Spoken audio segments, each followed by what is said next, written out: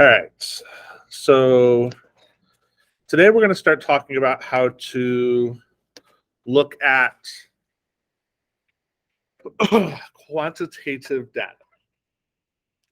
So pretty much everything we're going to do from this point forward needs to be with numerical values. So that's why it has to be quantitative, not qualitative. Because we have to be able to do calculations with it. And I can't do calculations on the word red. You do have the ability to take quantitative data or qualitative data and turn it into numerical values to start doing some calculations with it. But like everything has to be kind of continuous. Otherwise, it doesn't make sense. Because you get 1.5 and it's between red and blue, and the 0.5 doesn't really mean much. So we're going to look at continuous quantitative data now. The first thing we're going to look at is actually stuff that you've pretty much seen before, which is your mean, median, and mode. So, mean. You probably have heard it as average. Same thing. I really think they just use mean because they like the 3 M's than anything else, but mean and average are exactly the same thing. Add up all the numbers, divide by how many you have. The only thing that comes into play when you're looking at averages, when you can have like weighted averages and stuff like that, your grades are a great example of weighted averages. Your tests are, your finals worth more than your tests, things like that. So that's where you have a weighted average. But most of the data we're going to look at is going to be straightforward data, at least for today. The nice thing about mean is it doesn't matter the order of the data, you're just adding them all up. It doesn't make a difference where they actually are. The other two pieces, order kind of does matter. So the next one we're going to look at is median. Hide mode.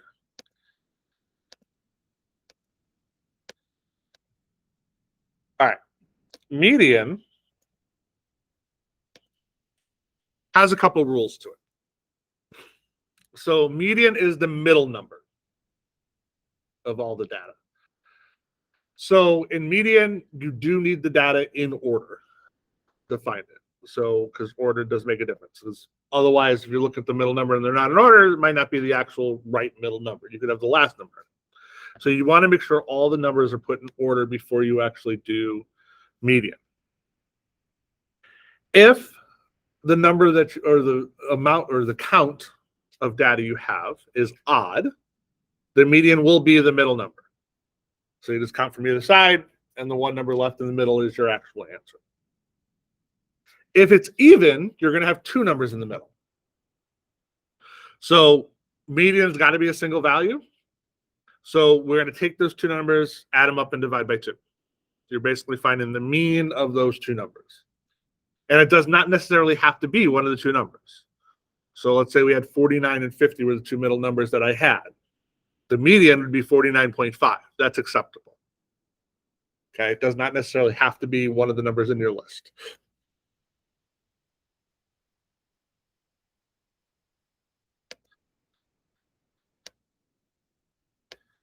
And then the last one is mode. Out of the 3 of these, mode is the only one that actually works with qualitative data as well as quantitative. Mode is the one that appears most often. So we could have multiple modes. We could have no mode. If all the values occur once, then there is no mode. If all the values occur the exact same amount of times, actually, would be a better way to describe it. There is no mode. So if everything appeared twice, there's no mode. If everything except for one number appeared twice, so let's say the number 1 appeared once, and then 2 appeared twice, 3 appeared twice, 4 appeared twice, and 5 appeared twice. 2, 3, 4, and 5 are in my mode. 1 is not. Okay, so it's the one that appears most often. And that could be multiple values.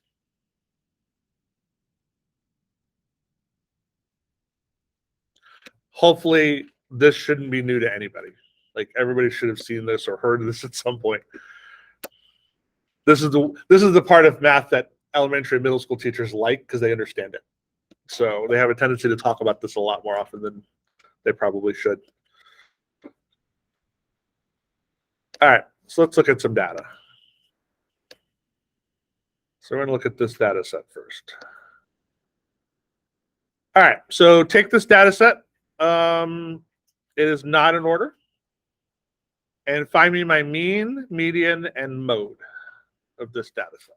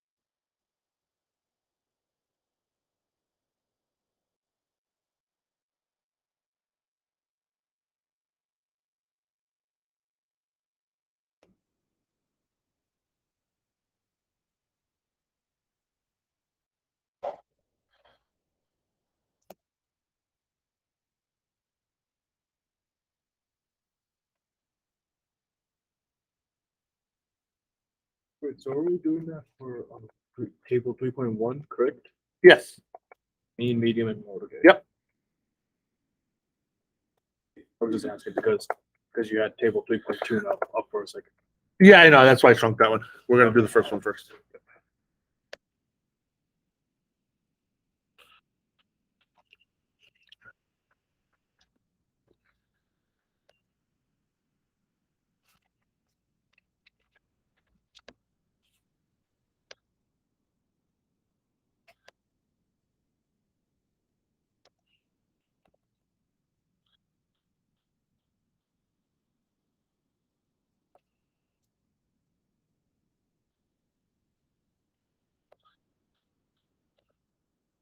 And remember, anything, unless told otherwise, do to 3 decimal places. This stuff you can do to the average, you can do to 1 decimal place.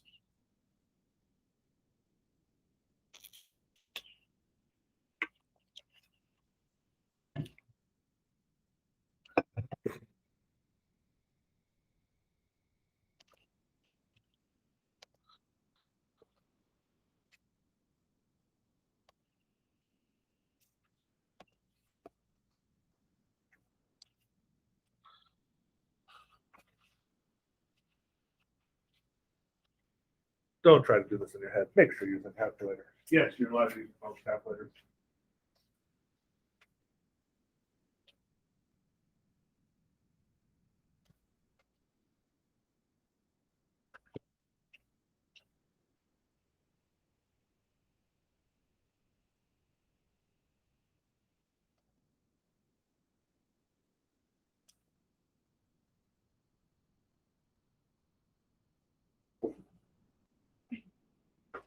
My suggestion would be to find a different calculator for your phone other than the default one. Because when you're typing the numbers in on the default calculator, you'll notice that they disappear when you type the next one in. Which means it's really easy if you're going through a larger list to miss a number. Or to miss, like, instead of putting 300, you put 30, and you won't catch it. And then you'll get the wrong answer. So the Desmo Scientific Calculator is a really nice calculator. You'll see everything you type into it. It'll stay there. It's really small. It's not that big of an app either.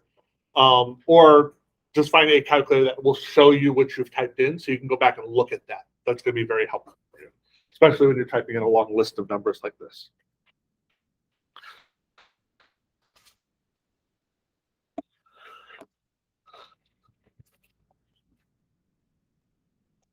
Or you can cheat and be like me and just use Google Docs. That does it all for me. All right, so when you did these, you should have gotten a mean of, I told you 1 decimal place, sorry. 483.8. If you went 2 decimal places, you got 483.85 because that's the 6. So 483.8 or 85. Your median, if you put them in order, should have been 400. And your mode was 300. One of the nice things about using Google Docs is I don't have to put them in order. It does it for me. But I could easily do that here if I wanted to, just so you can actually see the mean.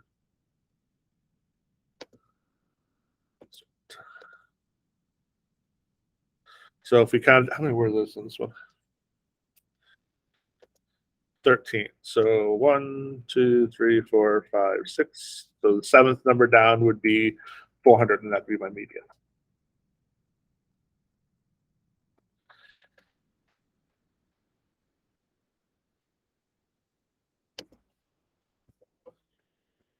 Yeah, the median's 400. Yeah, they said 300. I heard 300. The mode is 300. So I was like, oh.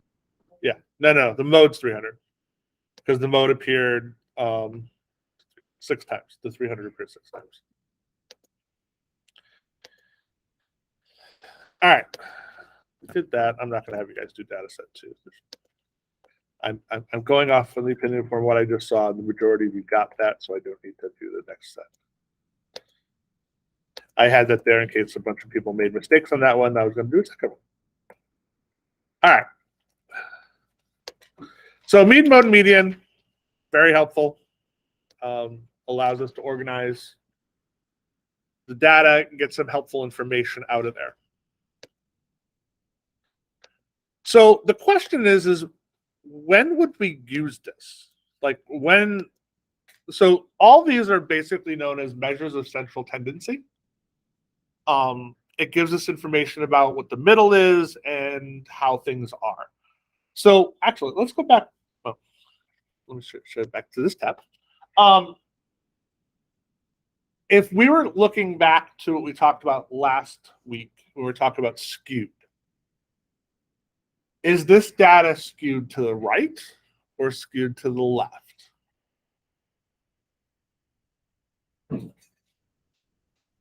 Without graphing it. Skewed to the right Why? because it starts out 300 low and then it goes up. Okay, so you're kind of looking at it as a graph, which could work. What did I tell you about the mean and median? The mean is the one that shows like the average, and then the median, like the one that right in the middle. Yeah. So the mean is really what's going to tell you if it's skewed or not. So if the mean, if it's the data is pulling the mean to the right, it's skewed to the right. If the data is pulling the mean to the left, it's skewed to the left. So this is skewed to the right because the mean or the average is higher than the median. That means there's some values that are bigger. In this case, the 1050, that's pulling that mean to the right. So it's skewed right. Okay. In a true normal distribution or bell curve that we're going to talk about, the mean and median will be basically exactly the same. They'll be right in the middle. Okay. So it'll be, we don't really care which one we're going to use. But in most realistic data sets, they're not going to be exact. So since mean and median aren't necessarily exactly the same, there's different use cases for each of those. So if we're looking at this one, which one of these numbers, the mean or median, do you think would be a better representation of the data on the screen? Repeat the question again, please. Sure. Which one of those two, mean or median, would be a better representation of the data on the screen? So if I gave you, if I told you, you have to give me one number, and you're going to give me a picture of what this data is, which one of those numbers would you give me? Why?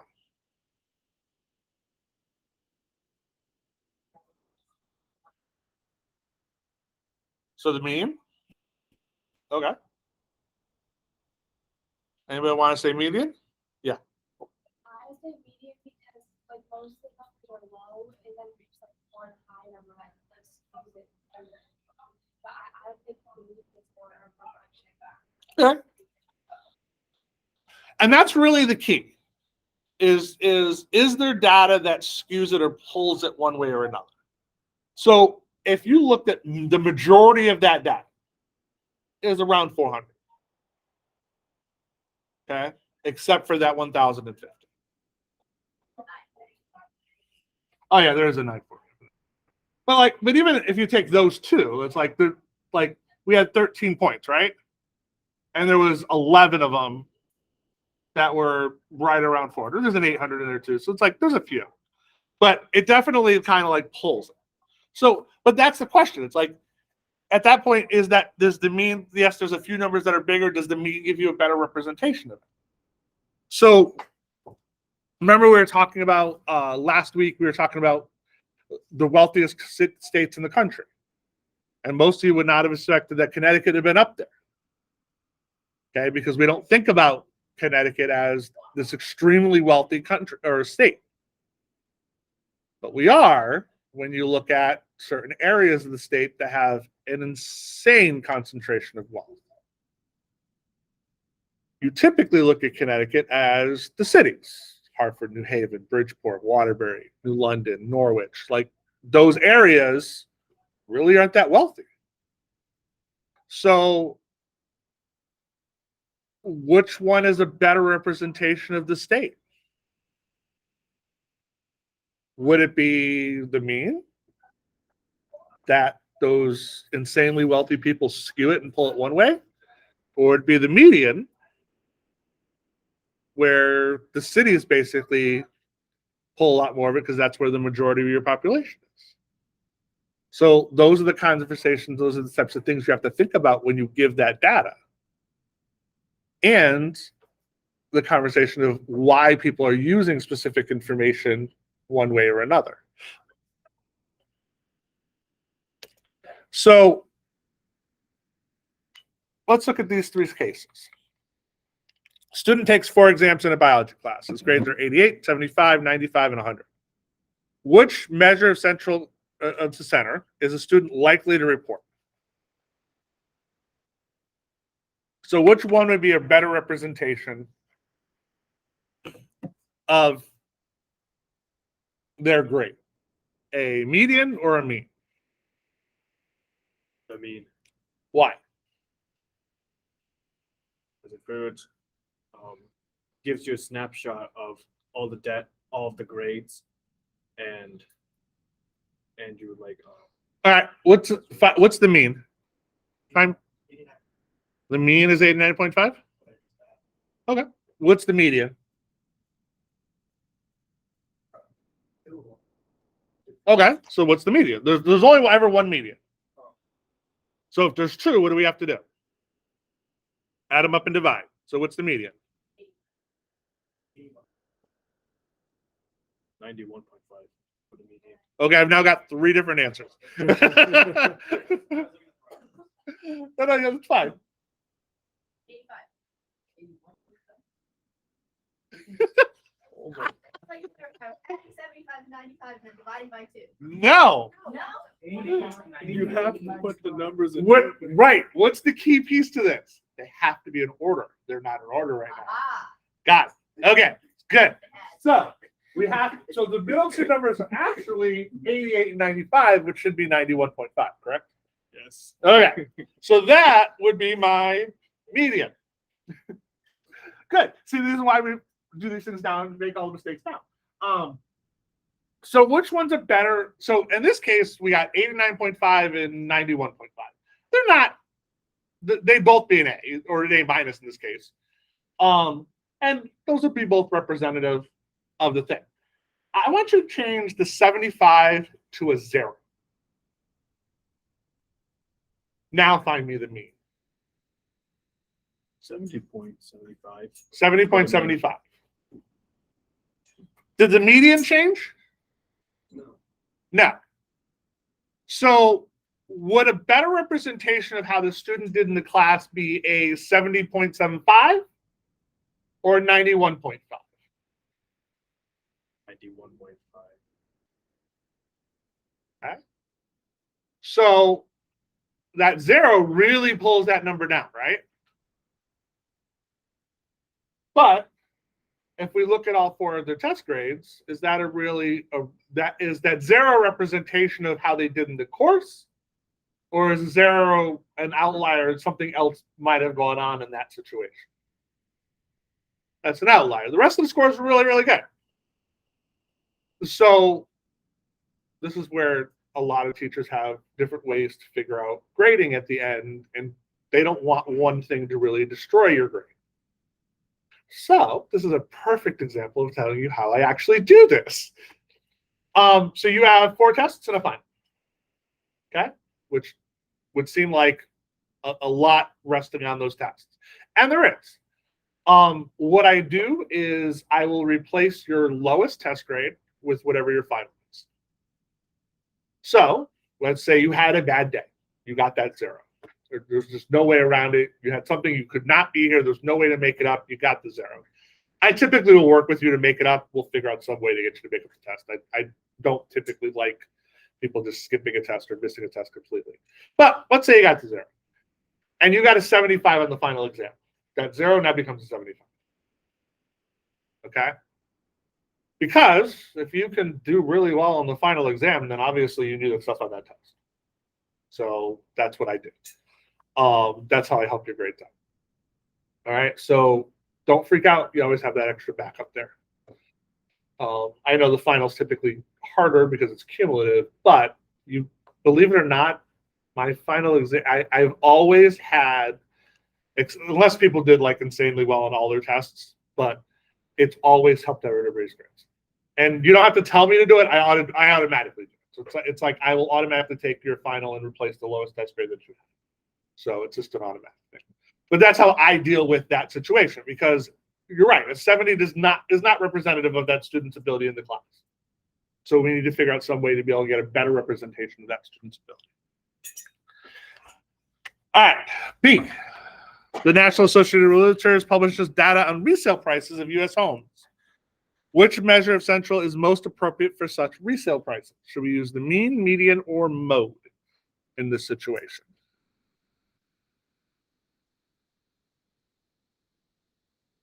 Why? Because there might be some houses that are really low because they're in bad areas of town, or some houses on the opposite end of the spectrum that are really high because you have a higher. But Okay. So if you're going to buy a house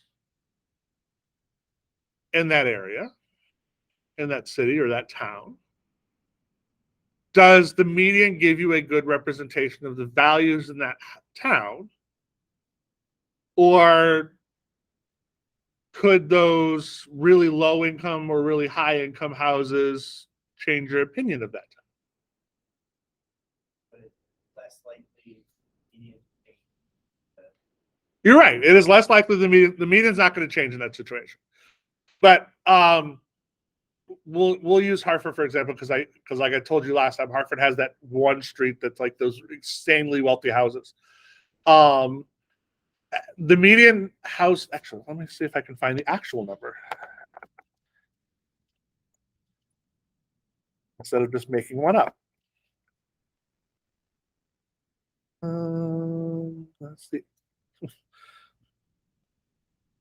Seriously? Jesus.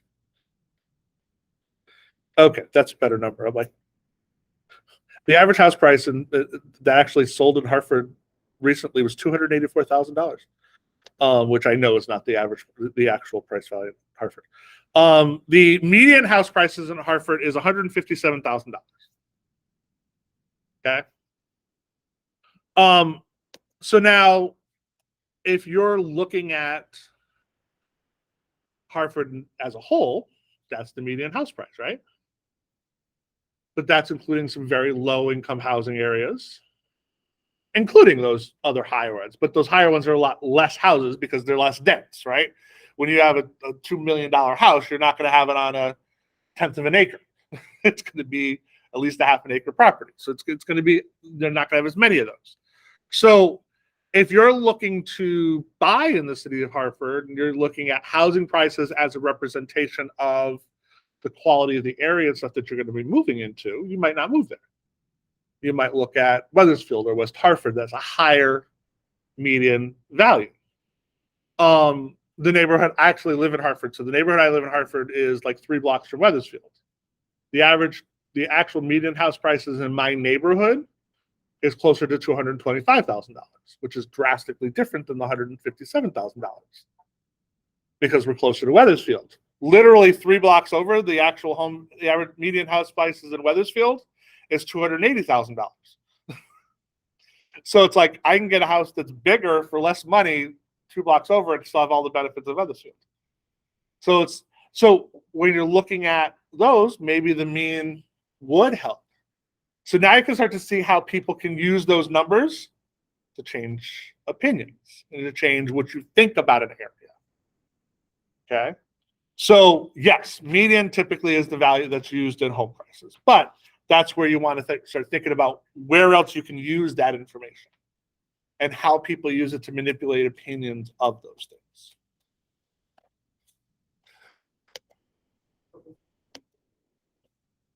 Of this one, no.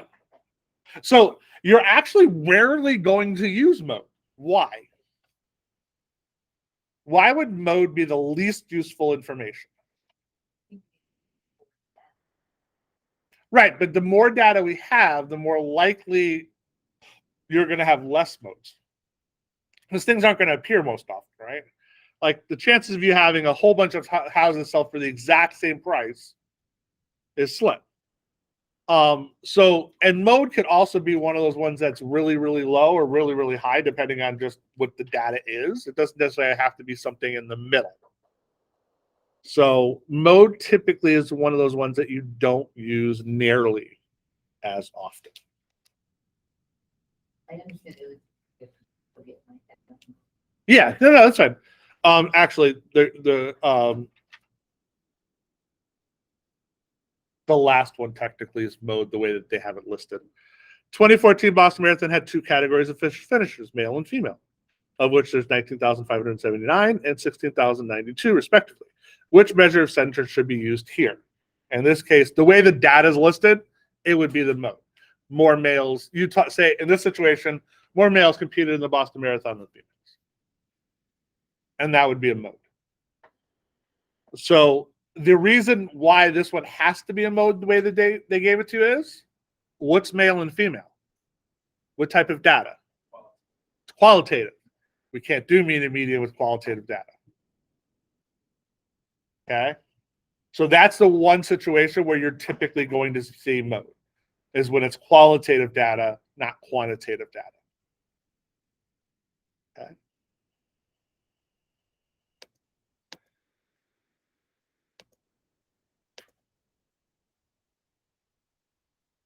All right.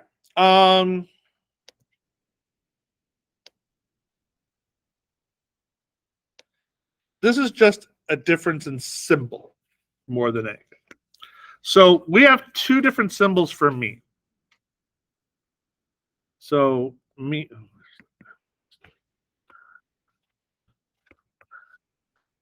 So mean, you will typically see as this.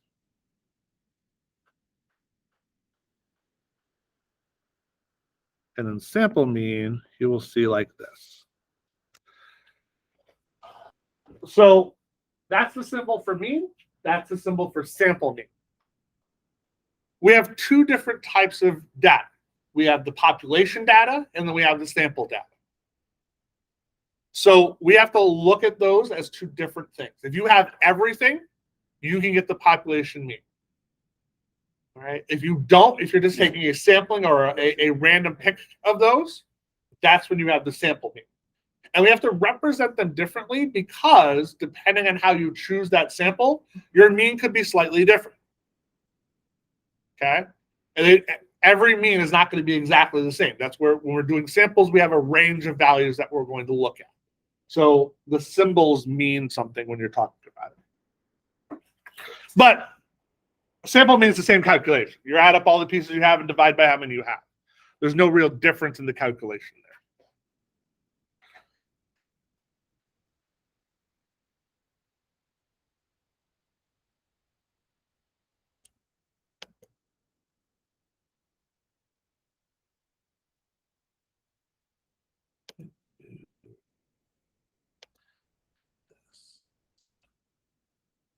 All right. So next thing.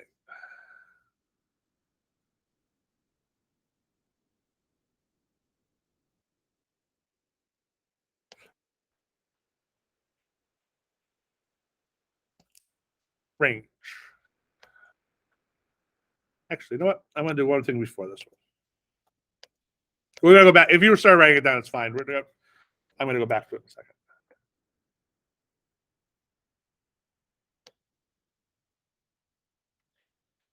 Can everybody see those numbers? Yeah. All right. I want you to find me the mean, mode, and median of each of those sets. And they are in order, so you don't have to put them in order.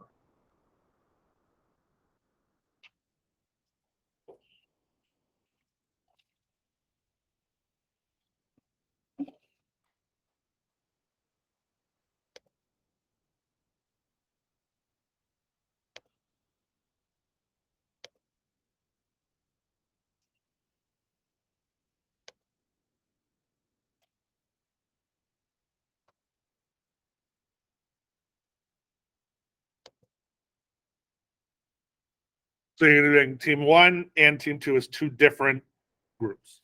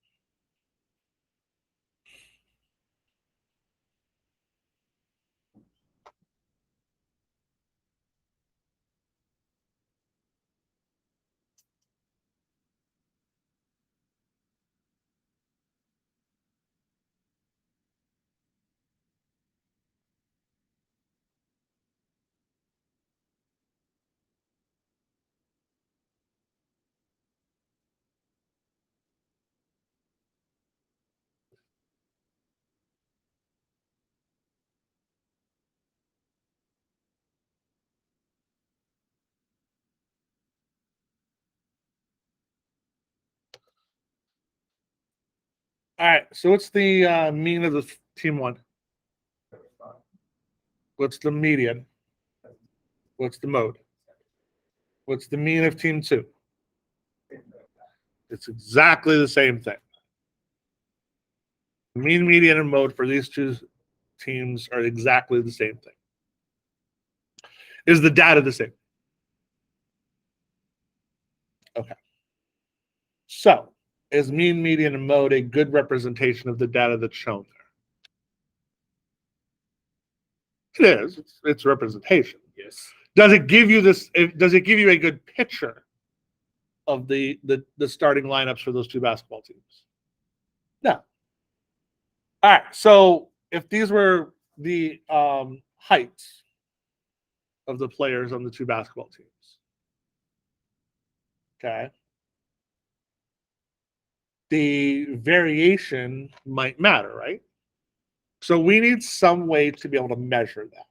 We need some way to be able to measure how things are spread. Okay. Or the variety of data. That matters, as we can see here. So the first thing we're going to look at is called range. So the range of the data is just the maximum minus the minimum. Simple. So if we were to look back at the data that we just got, we had here, What's the range of the first one?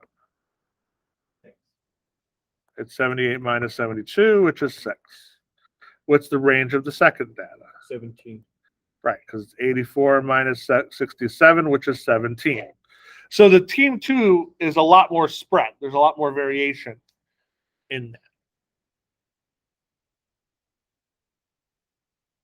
that. So range is a decent way to look at it, but it doesn't really give me data that's easily able to be compared between things. So there's 2 different types of calculations that we can do to determine what's known as variation. It's the mean absolute deviation. Has anybody actually heard of that one before? So depending on how young you are, when Common Core came out, one of the things they actually implemented into the grade 6 and 7 curriculum was called mean absolute deviation. It was designed it's a simple way to figure out how spread data is. All right, because even at that time, when you're looking at information, you could have situations where the mean mode median is exactly the same. It's like, well, these 2 data sets aren't the same. We need something else. We use something a little more complicated in calculations called standard deviation. So,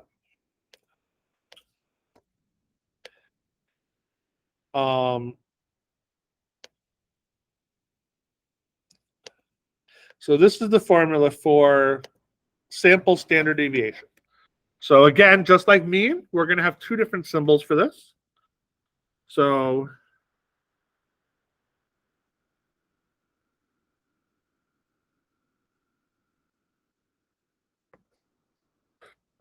standard deviation is going to be a symbol. That's horrible. It looks like that. It's the little omega. It's a Greek letter. And then the sample standard deviation will be just an S. I'm going to show you how to do standard deviation out by hand. I will never expect you to do this. Okay? I'm going to show you how to do it out by hand because I want you to understand what it means and how it works. And doing it out by hand kind of gives you that understanding of like, okay, this is what the number means. All right. And then I will show you a calculator online that you're going to use to do this to get the actual number. Because none of you will ever do this by hand. I don't even do this by hand. And anything past like 5 or 6 numbers doing it by hand is a nightmare and a half to do, as you're going to see in a minute. All right. So we're going to go back. I think I still have.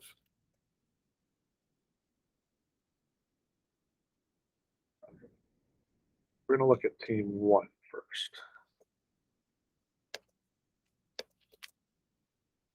So we're going to do team 1 out, and then I will use the calculator to do team 2. All right.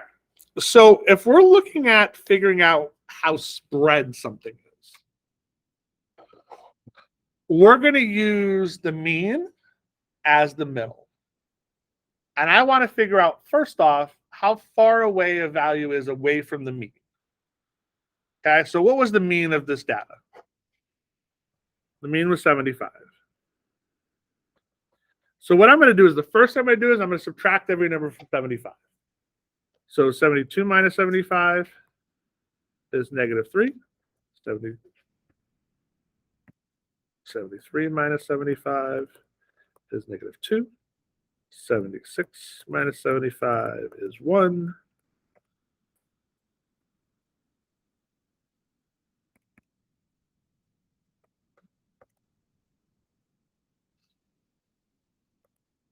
Really? Base 3. All right, so the first thing we did was we figured out how far away each value is away from the mean. Okay?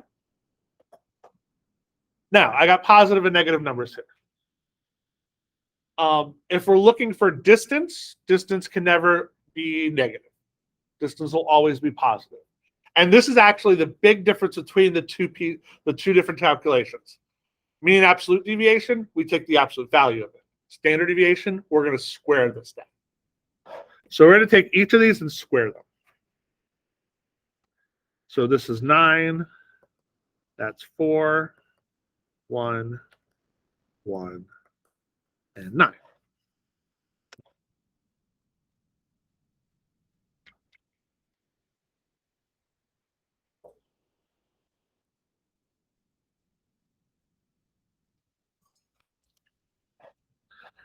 Now, we're going to find the average of these. We're going to add them up and divide by how many I have.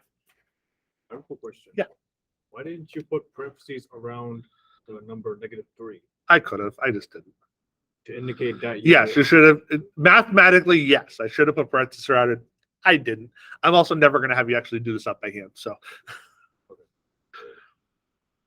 if you'd like to put that there, you're more than welcome to. In my calc class, yes, I would have put parentheses around it.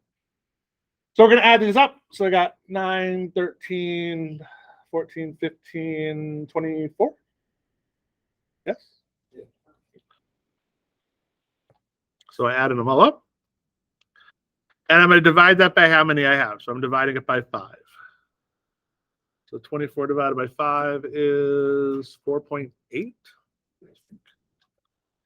Okay.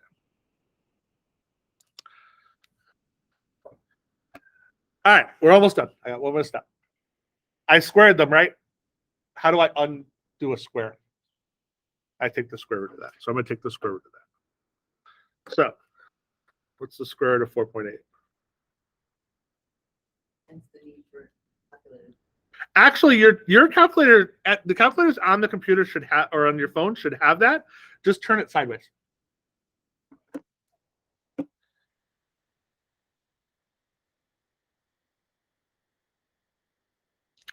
So my standard deviation for this, and I totally wrote the other symbols backwards, and that's why it didn't look right, is 2.19.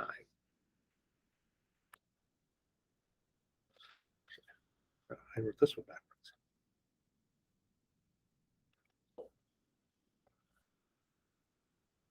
So I got 2.19.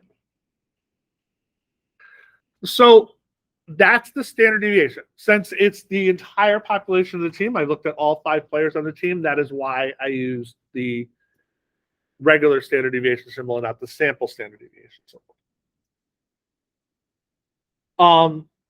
So that tells me how spread out the information is.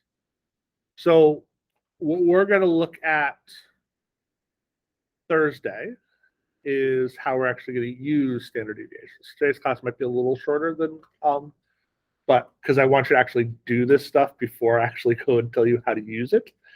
So we'll do a couple problems after this. That's not a big deal. So my spread was 2.19. All right, so the question is now, if we look at the team 2 data, would I expect that number to be bigger or smaller?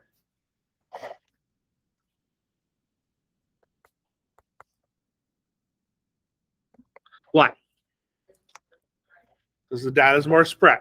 All right, so here's what you're going to do. You can do this whichever way you want. I literally typed in Google standard deviation calculator, and I picked the first one. It doesn't make a difference which one you use. They will all come out to be the same thing. A couple things you want to look at how to use them, though. Each one should have an option for population or sample. Make sure you're using the correct one.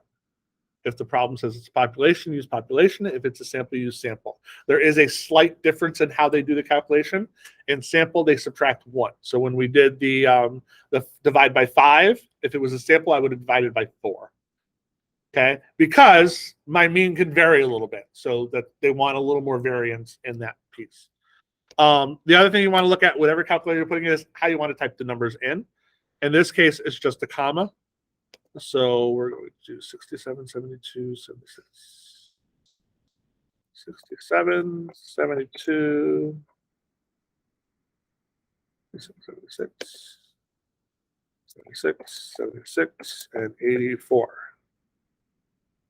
Missing one? Nope, that's 5. And then we hit calculate. And it's going to give me some information.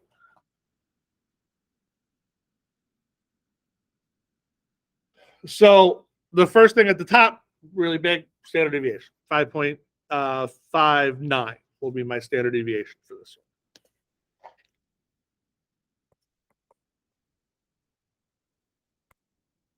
It'll also tell me the count. It's going to tell me my mean. It'll tell me my variance. The only difference between variance and standard deviation is they didn't take the square root. So my variance in my other one would have been 4.8. It's just the number before they did that piece. Okay. Now they don't show it to you here, but if the mean was 75, right? So if we looked at this data, if I did 84 minus 75, that's 9. Did 9 squared, that's 81. That's where those numbers, that's why that number is so large at the end, because those numbers at the ends have a bigger variance, farther away from the mean. So my standard deviation is 5.59 for this one. And as you said, it's bigger. Okay, as it should be. Okay, so the standard deviation gives us the ability to model how spread the data is.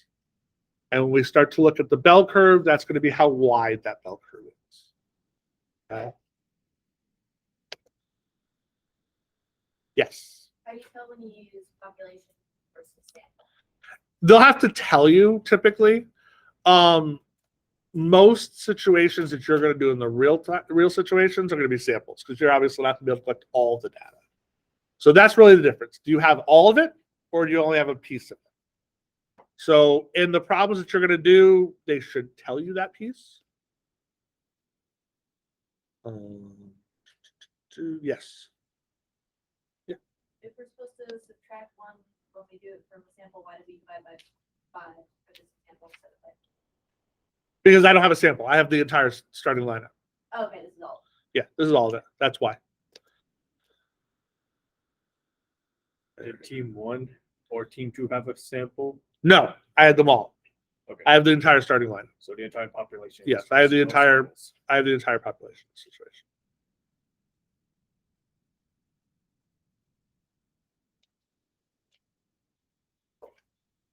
All right.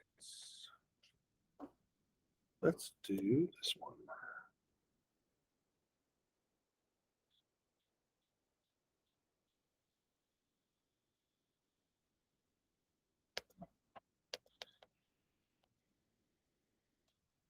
All right.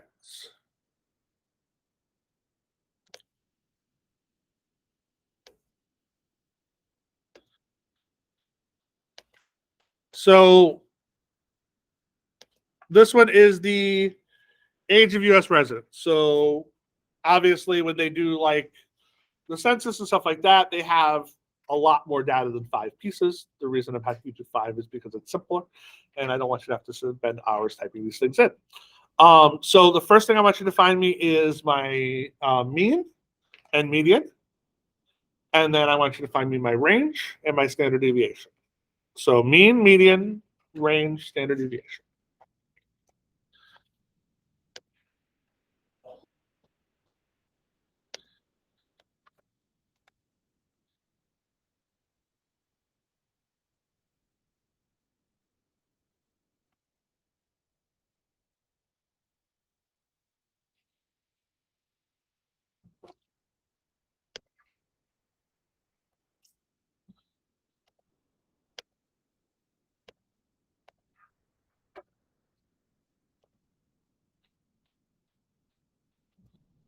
And no, I do not expect you to do that by hand. Use something online to find the answer.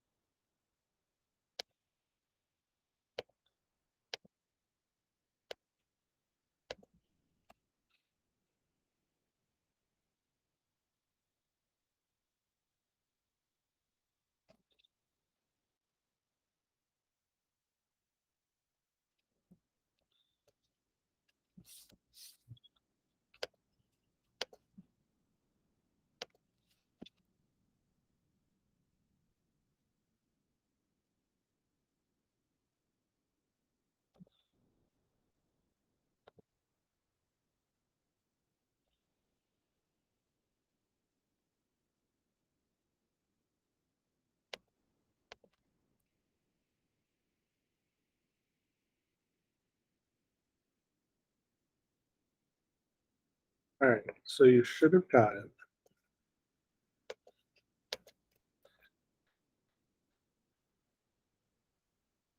And my range was from 9. I didn't have the computer do this one. 9 to 54. So my range should have been 45.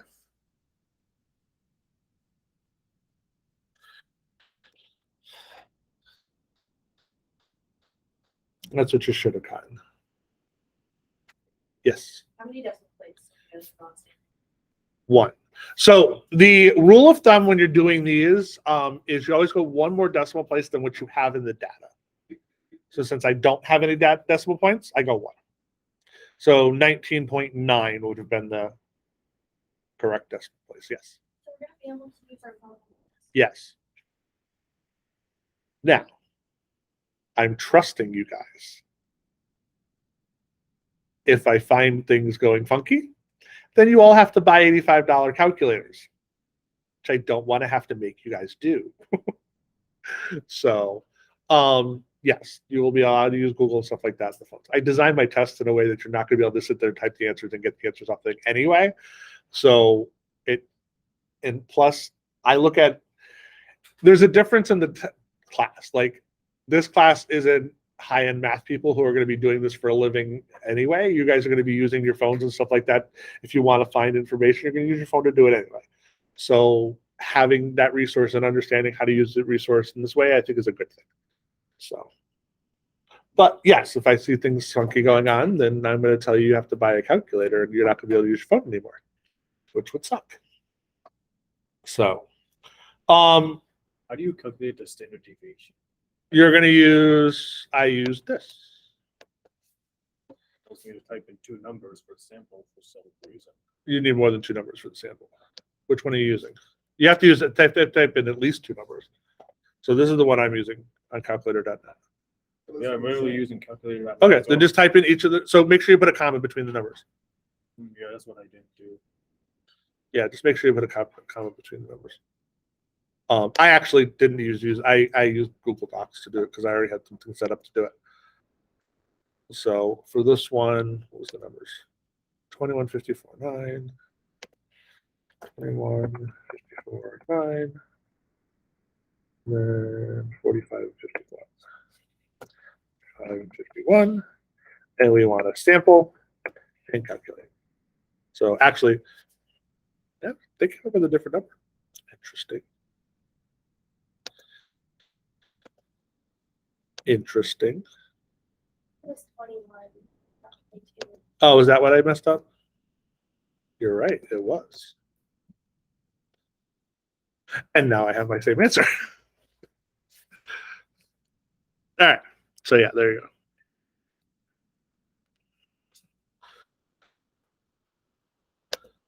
Now you know why it's important to actually see what you're typing in. Because it's really easy to make that little mistake. Now, I will say that if you went through and did your whole question out and you put 19.7 something there, that's where your work really comes into play. That's where me seeing the numbers and stuff that you have on your paper matter. So if it was close like that, I knew it was a numerical mistake. It was like you just typed in a simple number wrong. I'm not going to take the entire points off. I could tell pretty quickly if it was a thing like that or if you totally screwed up your calculation. All right. The other thing is you want to look at the information, look at what number you got. Like this data went from 9 to 54. There was a very wide range there. So you'd expect a pretty big standard deviation in that situation. Okay. So if you got something that said like 5, something might be wrong there. All right. Go back and look at your information. And that's also very important when you're going through and doing these is looking at things when you mess up is how did I mess up and how can I tell that I messed up so I can go fix things? All right, that's also a very important piece. All right, next one. I'm gonna do one more problem, and then I'll let you guys go.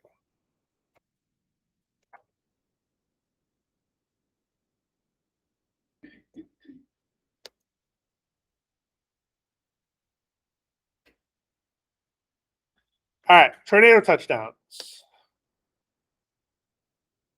So, would help if I shared the tab back. So this is every month and the number of tornadoes that touch down in the United States for a year. All right, so I want you to find me my mean, range, and standard deviation. You do not need to find me my median for this one. So mean, range, and standard deviation.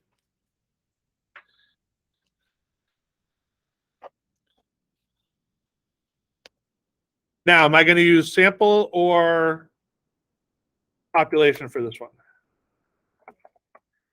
Population. Because I have all of the data for the year.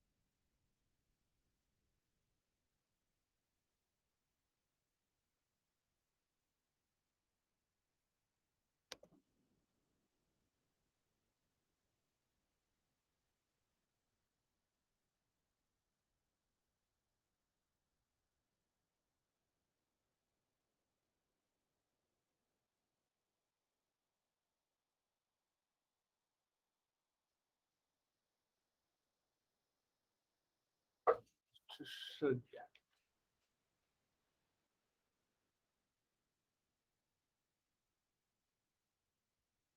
That's not right.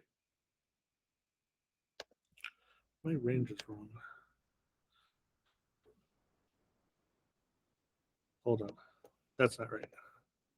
That's not right. I used the wrong numbers in my calculation. Oh, I know why. Because I used I had a different problem right in there. Like, that's not right, because I can look at 2 and 204 and know the range is bigger than that.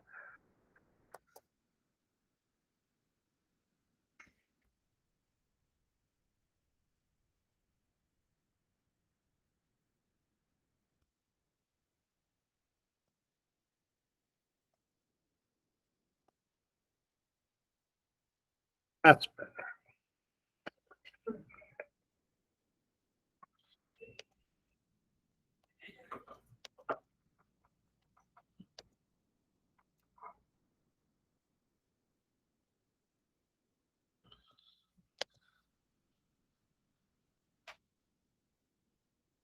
Better. That should be your mean range.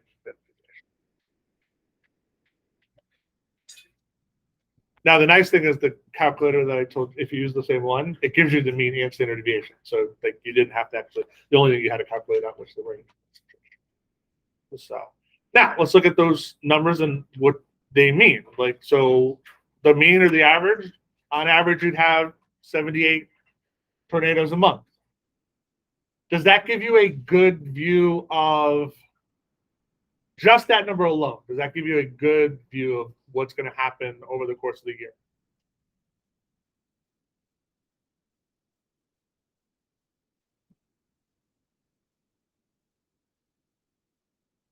If you live in a state, and I'm going to tell you, yep, you're going to get average of 78 tornadoes a month. No, because there's some months you get 2.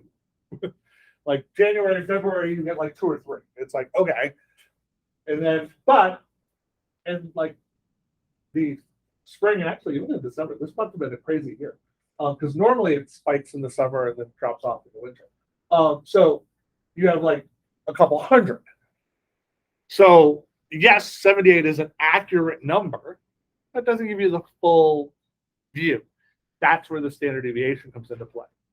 You can say, on average, you're going to get 78 tornadoes a month, but that varies by about 52. So you could have anywhere from 20-something tornadoes a month up until 120-something tornadoes a month. That's where that standard deviation comes into play. It's going to give me that range to give you a little bit better data, a little bit better information about what you need to deal with. And that's what we're talking about on Thursday, is exactly how that works and where we can actually go with it and how far we want to expand that. All right, so we did, I think it was 3-1 and 3-2. I don't think I did 3-3. It was just 3-1 and 3-2. Yep, 3-1 and 3-2. We will do 3 and 3-4 and 3-5 on Thursday.